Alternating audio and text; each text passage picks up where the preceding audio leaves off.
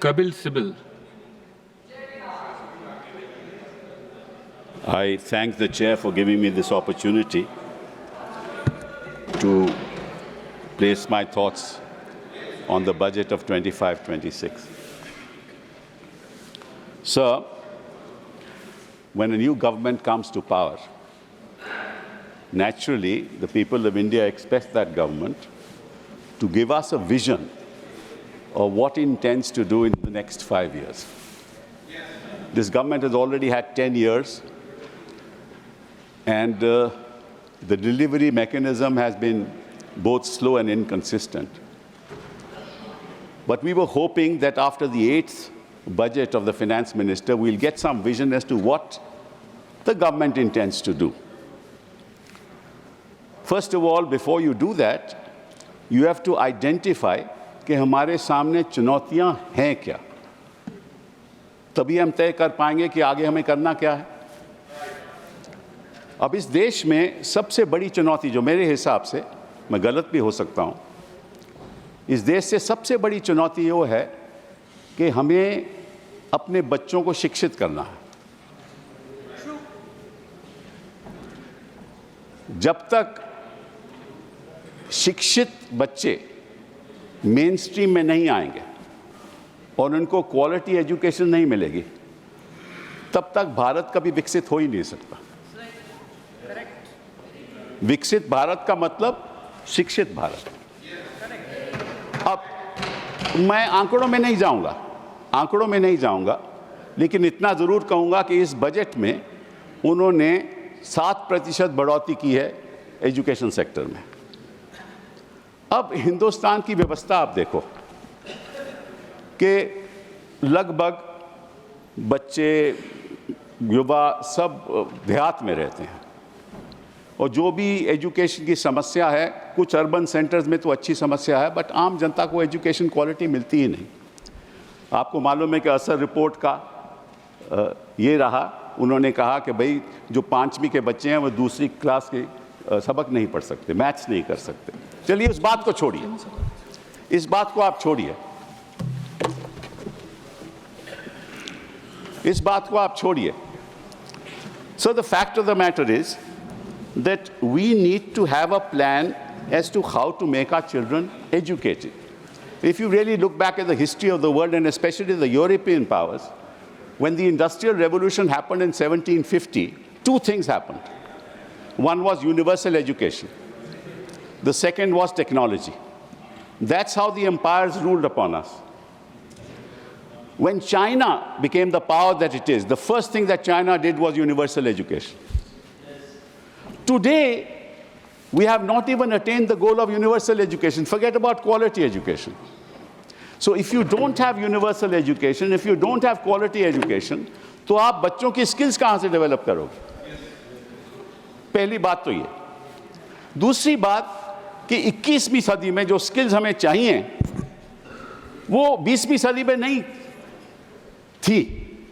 आज के दिन चैट जीपीटी, आज के दिन deep seek is a new technological revolution that is taking place in the world. उसमें हम कहाँ हैं?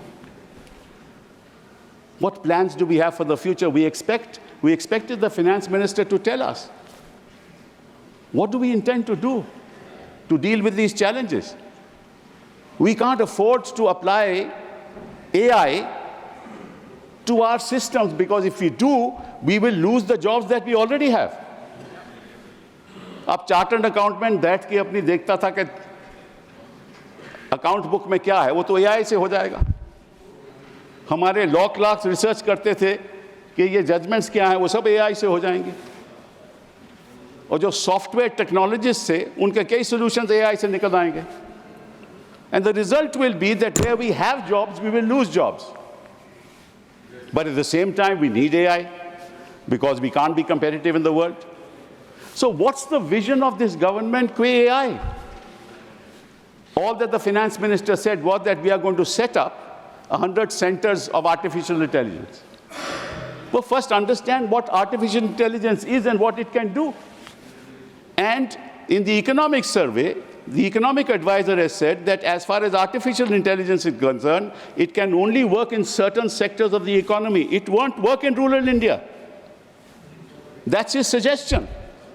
Nothing about it. That's one aspect that I wanted to mention to you. The second is health, because the best investment that can produce the maximum results is investment in human capital. I talked about education. Now I want to talk about health. आपको health sector में आपको investment ज़्यादा करनी चाहिए. क्यों? क्योंकि जब तक बच्चा जो है शिक्षित नहीं होगा, उसका स्वास्थ्य ठीक नहीं होगा, वो कभी अपने आप को empower कर ही नहीं सकता. अब इसमें मैं आपको थोड़े से आंकड़े बताना चाहता हूँ. The fact of the matter is that 38% of children in this country that are born are stunted. 21% of the children born in this country are wasted. And 53% of the women in this country are anemic. How will you get children who you will empower if the health sector is not if you do not invest in the health sector? And there's a 9% increase in the budget in the health sector. And that also because they want to create 10,000 new medical seats. That's not the solution to India's problem. The two biggest challenges facing this country are education and health. This is just one aspect I want to talk about. The second, and हम रोज बात करते हैं कि हमारी $5 trillion economy हो जाएगी, जल्द हो जाएगी, अब 2024 में हो जाएगी, अब तो उन्होंने कहा कि 2027 तक नहीं होगी. बट 5 ट्रिलियन इकोनॉमी का मतलब क्या है? ये एक गुमराह किया जा रहा है. Sir, a $5 trillion economy is going to happen in this country in any case. And I will show the finance minister that even if she does nothing, this country will grow at 6%. It will grow at 6%, even if she does nothing. Don't laugh. It's a serious issue. Don't laugh at it. It's a serious issue. This country has been growing at 6.3%, 6.7%, and it will continue to grow. But what we need is a growth rate of 8%. What we need is double-digit growth. What is the vision of this government to attain double-digit growth and attain 8% growth? And I'll tell you why I'm saying this. I may be wrong. I'm only here to have a discussion. I may be wrong, sir, but the fact of the matter is, if you look at the economies, look at the BRICS economies, our per capita income is $2,540 is our per capita income. If we compare it to the BRICS economies, Russia's per capita income is $14,000. China's per capita income is $13,000. Brazil's per capita income is $11,000. South Africa's per capita income is $5,970. And we are $2,940. And we will be a $5 trillion economy. What's the point of these numbers? That's why I was saying that with the growth of 6%, you will reach there, and you will reach there in 2027. I'll congratulate the finance minister. But how do you empower the young? How do you make per capita income in this country $14,000, $13,000, $10,000? You have no vision for it. That's really the point that needs to be looked at and discussed on the floor of this House. Let me, sir, tell you another thing, which is even more important. And that is, sir, that we have certain external challenges that we'll have to face. You just saw Trump has announced that there's going to be a tariff on steel imports. Luckily, we don't export too much of steel. But the fact of the matter is that while the Prime Minister is going to America and will certainly have a dialogue with Trump, there are some imponderables that may happen in the course of time, and as a country we have to be prepared for it. Assuming that you impose a 5 or 10% tariff on software exports. I'm just giving an example. What's the consequence of that on our software industry? Phenomenal. We'll be non-competitive. How do we deal with that problem? Now, these are the issues that I expected the finance minister to deal with in the course of our budget presentation. But we're talking about allocations today. What did the economic advisor in the survey say, sir? I'll just point that out. He said, roll back regulations. Do you see a bit of that in this budget? No rollback of regulation. He said, get out of the way. But you're coming in the way. You're always in the way. Then he said, change your operating procedures. What are these operating procedures? In India, the operating procedures, I'm not saying this. It's in the economic survey that a person is proved guilty, is guilty till he is proved innocent. That's what the economic survey says. I don't say it. He says change that. Change that to what? That a person is innocent till he is proved guilty. Why has the economic advisor said this to you? Because he knows that the kind of principles that you are following, our big industry is running away.